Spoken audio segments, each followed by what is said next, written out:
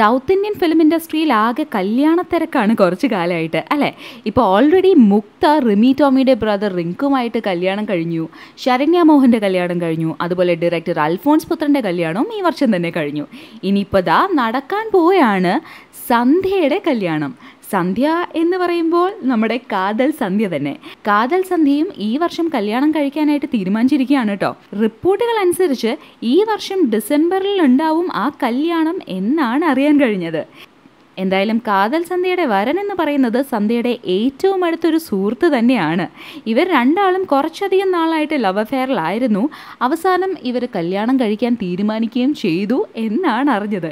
എന്തായാലും ആ കല്യാണവും ഈ വർഷം തന്നെ നടക്കും എന്നുള്ള കാര്യം ഇപ്പോൾ ഉറപ്പായിട്ടുണ്ട്. മലയാളിയാണെങ്കിലും തമിഴിലാണ് സന്ധ്യ ഒരുപാട് ഇമ്പോർട്ടൻസും പോപ്പുലറുമായിട്ടുള്ള റോൾസ് ചെയ്തിട്ടുള്ളത്.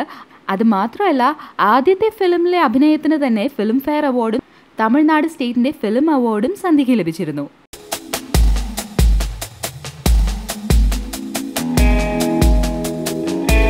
ഭയങ്കര സന്തോഷമുണ്ട്. നമ്മുടെ സിനിമകളെല്ലാം ട്രിവാൻഡ്രത്ത് എപ്പോഴും നല്ല റെസ്പോൺസ് ഉണ്ടാവാറുണ്ട്. ഒരു സാങ്കല്പിക ഗ്രാമവും അവിടുത്തെ കുറേ മണ്ടന്മാരായിട്ടുള്ള കഥാപാത്രങ്ങളുമായിട്ടുള്ള ഒരു സിനിമയായിരുന്നു.